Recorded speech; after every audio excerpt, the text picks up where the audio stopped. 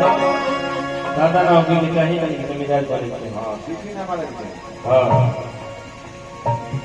हे हे हे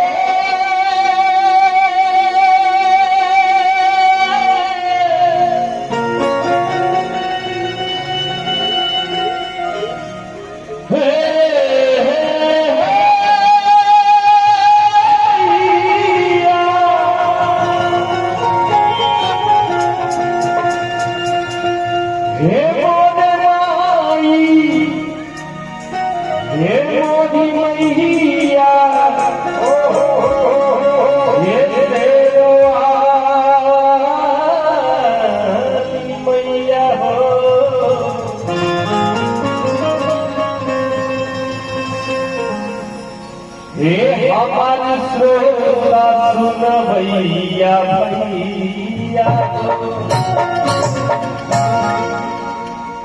कहे के भाव हे छोटे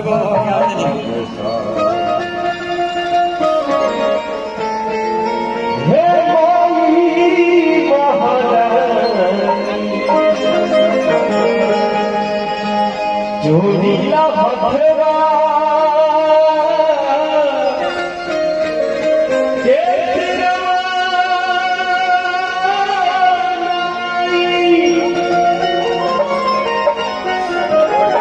आज सभा